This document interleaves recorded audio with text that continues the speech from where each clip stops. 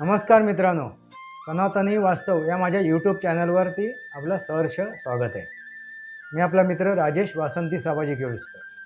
मित्रांनो, आपण चर्चा करतोय सनातनचा वास्तव आणि सण कुठला घेतलाय तर दीपावली, दिवाळी, दीपोत्सव।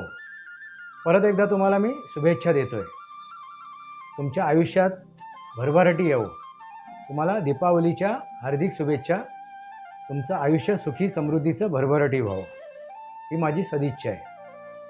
मित्रांनो, आज आपण दीपावलीमधलं एक पर्व साजरा करणार आहोत, ते म्हणजे भाऊबीज। भाऊबीज, भाऊ आणि बहीण यांची भेट ही तर होतच असते, पण आजच्या दिवशी जी भेट आहे ती खूप महत्त्वाची आहे। ती एवढ्यासाठी महत्त्वाची आहे तर ती सामाजिकदृष्ट्या, कौटुंबिकदृष्ट्या महत्त्वाची आहे आणि मानसिकदृष्ट्या ही खूप महत्त्वाची आहे।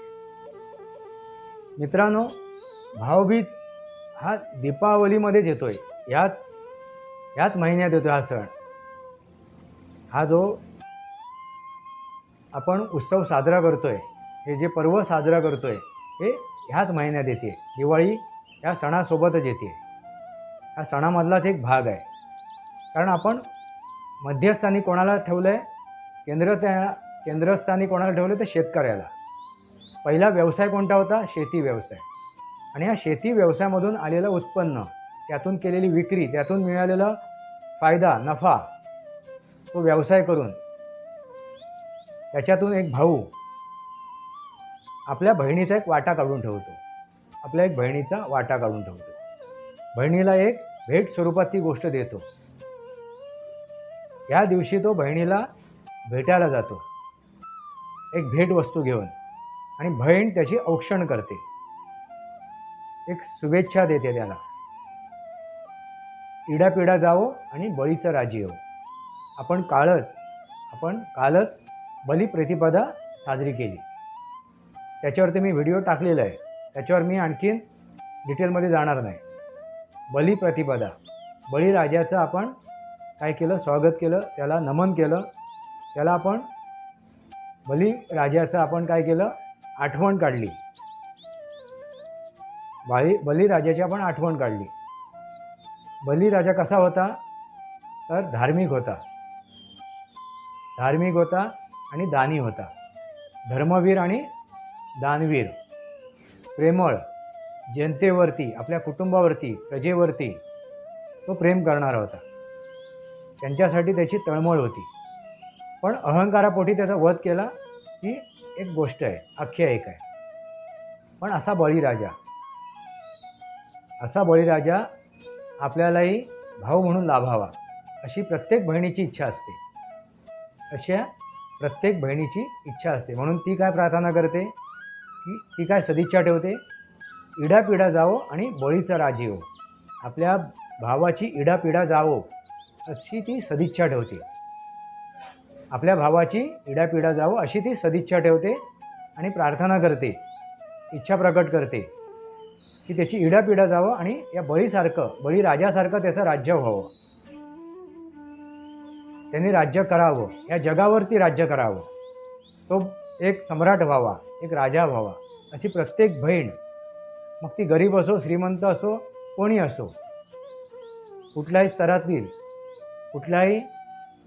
असो, ती इच्छा काय करते? आपला भाऊ बळीराजासारखा अगदी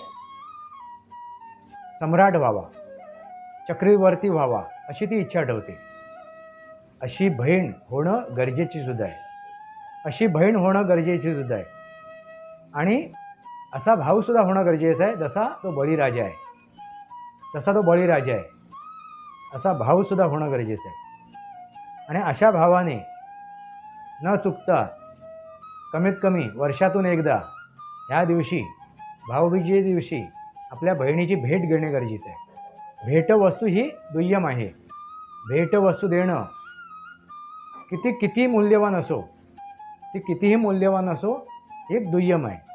भेटणं, त्यांचा एकमेकाला भेटणं हे सर्वात मोठी भेटवस्तू आहे। कारण भाऊ आपल्या व्यस्त आयुष्यामध्ये एक दिवस काढतो बहिणीसाठी। मित्रांनो, पूर्वी अशी अवस्था नव्हती की आपण फोन लावला की तिला आपण आपल्या बहिणीशी संपर्क साधला किंवा उठलो आणि आपण वेगाने आपल्या बहिणीकडे पोचलो. त्यावेळी एक मर्यादा होती. एक मर्यादा होती की आपण बहिणीकडे पोचायला एक वेळ लागायचा. तर त्यासाठी हा एक दिवस, वर्षातून एक दिवस तरी आपण बहिणीसाठी काढावा आणि बहिणीच्या काय व्यथा आहेत त्या समजून घ्यावे.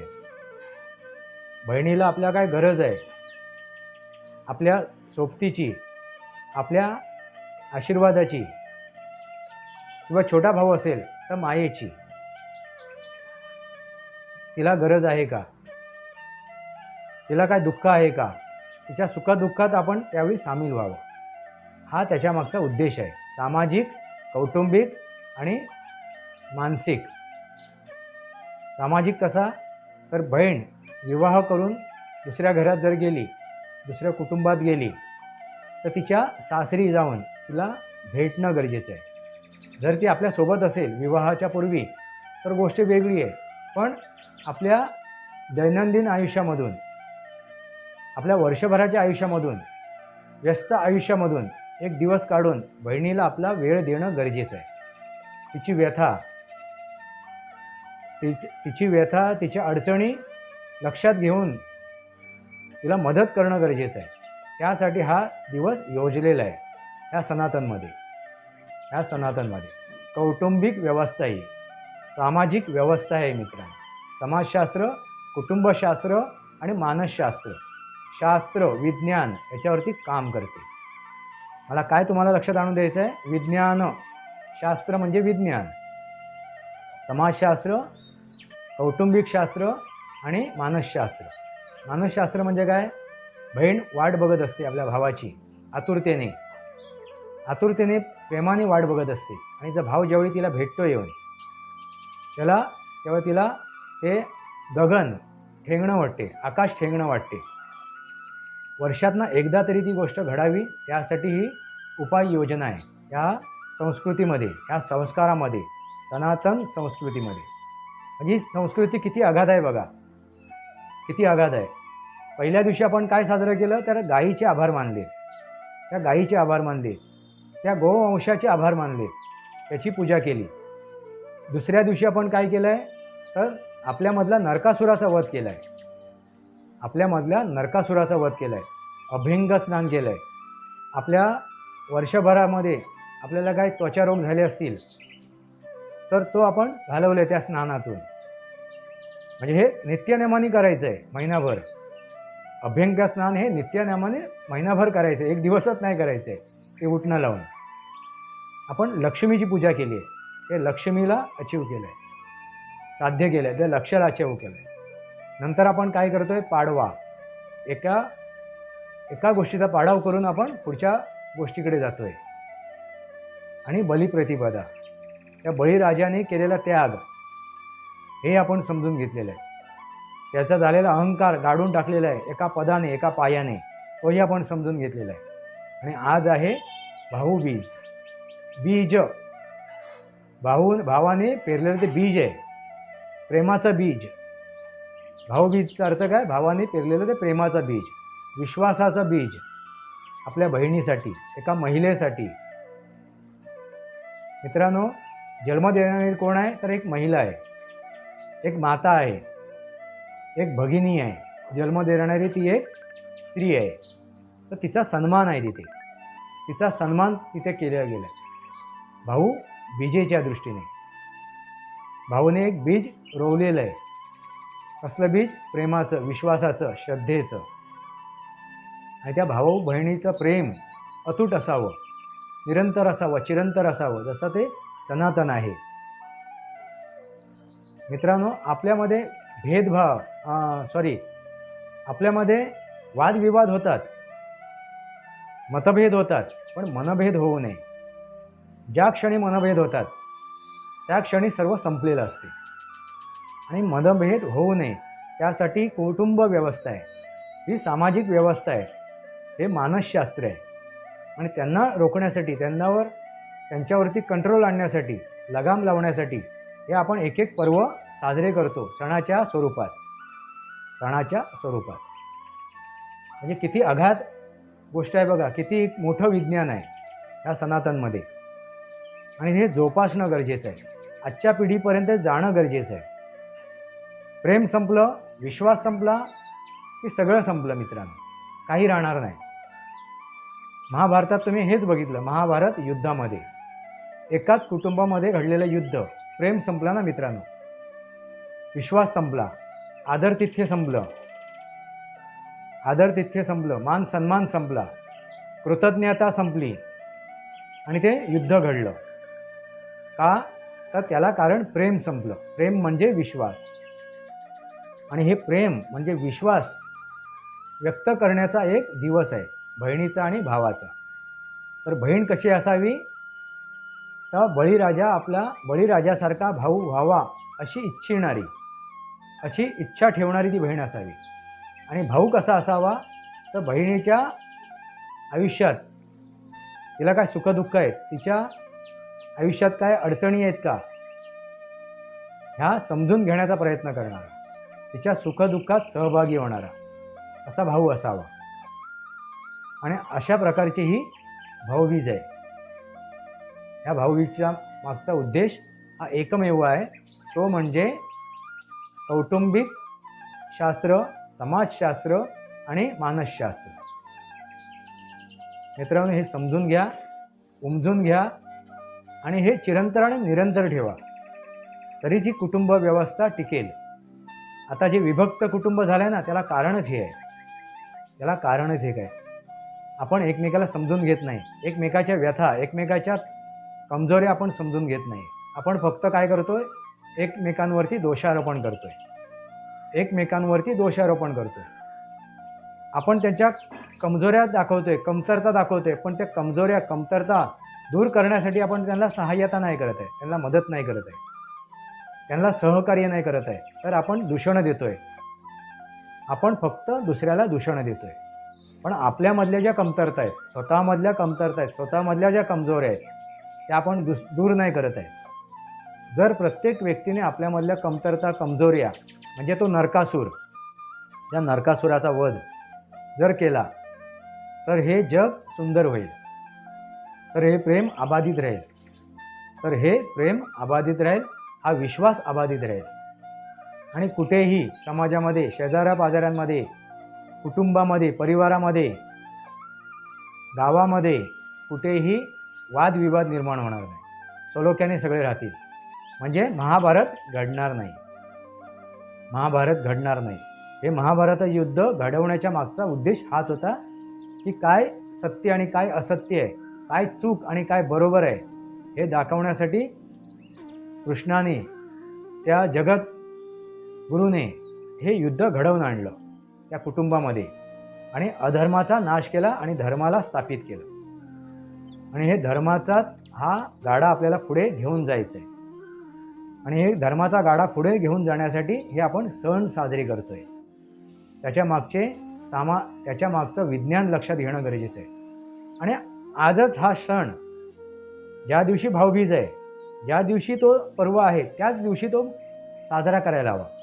कारण त्या दिवशी त्या ग्रहाची स्थिती तशी असते. बऱ्याच वेळा काय होते मित्रांनो, आज वेळ मिळाला नाही, मी आणखीन 2 दिवसांनी जाऊन भाऊबीज साजरी करेन. नाही मित्रांनो, काही अर्थ नाही त्याला, त्या भाऊबीजीला काही अर्थ नाही, त्या पर्वाला काही अर्थ नाही. ज्या दिवशी ती गोष्ट करायला हवी, कल करेसो आज, आज करेसो अभी, त्या दिवसाला महत्त्व आहे, त्या दिवसाच्या ग्रहस्थितीला महत्त्व आहे, त्या दिवसाच्या ग्रहस्थितीला महत्त्व आहे. आपण म्हणतोय मुहूर्त, अर्थ, त्या मुहूर्ताला अर्थ आहे, मुहूर्ताला अर्थ आहे. मुहूर्त का काढतो आपण? त्याला अर्थ आहे. मुहूर्त, कळलं का?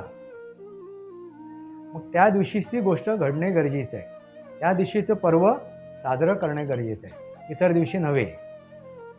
काढीव मुहूर्त आपण बऱ्याच वेळा होतो, लग्न सराईमध्ये, आता लग्न सराई सुरू होतील, काढीव मुहूर्त काढला जातो, काही उपयोग नाही मित्रांनो. कारण चुकीच्या ग्रहस्थितीत जर आपण एखादं कार्य केलं तर त्याचे परिणाम चुकीचेच होणार आहे. त्याचे परिणाम निगेटिव्हच होणार आहेत, नकारात्मकच होणार आहेत. सकारात्मक जर परिणाम हवे असतील तर तो मुहूर्त, ती ग्रहस्थिती समजून घेणं गरजेचं आहे. आज जे विश्वामध्ये जे उलाढाली घडत आहेत, जे युद्ध होते, युक्रेनचं युद्ध झालं, आता जे फिलिस्तीन आणि याचं जे युद्ध होते त्याला कारणच ग्रहस्थिती आहे. त्या स्थितीमध्ये ह्याच गोष्टी घडणार, असंच काहीतरी घडणार. म्हणून ग्रहस्थिती समजून घेणं गरजेचं आहे आणि तो मुहूर्त समजून घेण्याचं गरजेचं आहे आणि त्याच मुहूर्तावरती ती गोष्ट होणे गरजेचं आहे. नाहीतर स्थितीचं असे प्राणी किंकर मात्र, स्थिती त्याचं बनवी पात्र व अपात्र. मग त्या स्थितीचा आपण गुलाम बनतो, चुकीच्या स्थितीचं, आणि आपण काय होतो, अपात्र ठरतो. मग पात्र होण्यासाठी ती परिस्थिती, ती स्थिती, ती वेळ काळ समजून घेऊन त्या परिस्थितीला, त्या वेळेला ती गोष्ट करणं गरजेचं आहे. म्हणून कल करेसो आज, आज करेसो अभी. मित्रांनो, लक्षात आलं असेल. भावबीज हे बीज पेरणं गरजेचं आहे आणि प्रत्येक भावाने ते बीज पेरलं गेलं पाहिजे. प्रत्येक बहिणीने ते बीज पेरलं पाहिजे, तरच त्यातून एक सुंदर वृक्ष तयार होईल. त्या वडासारखं, त्या वटवृक्षासारखं. एक कुटुंबाचं द्योतक आहे. वटवृक्ष एक कुटुंबाचं द्योतक आहे. मित्रांनो, त्याच्यावर आपण कधीतरी बोलू. कुटुंबाचं द्योतक आहे का वटवृक्षाला, महावृक्षाला आपण म्हणतोय, ते आपण समजून घेऊ. पण तसंच कुटुंब बहरलं पाहिजे, तसं कुटुंब फुललं पाहिजे. आणि हेच दाखवून देण्यासाठी हे आपण एक एक सण साजरे करतो, त्याचे पर्व साजरे करतो. सनातनचं हे वास्तव आहे. तर ते वास्तव जाणून समजून आपण हे एक एक पर्व साजरे करूया. या मिळून आपण आपल्या सनातन संस्कृतीला अबाधित करूया, समृद्ध करूया आणि ह्या सनातन संस्कृतीला आपण असंच पुढे घेऊन जाऊया. सनातन वास्तव या माझ्या यूट्यूब चॅनलला सबस्क्राईब करा, बेल आयकॉन दाबा. माझे विचार पटत असतील तर लाईक करा आणि आपले विचार कमेंट बॉक्समध्ये लिहा. आपले विचार कमेंट बॉक्समध्ये लिहा. माझे व्हिडिओ शेअर करा. तुर्तास इतकंच. भारत माता की जय. वंदे मातरम. जय भारत, जय महाराष्ट्र, जय सनातन.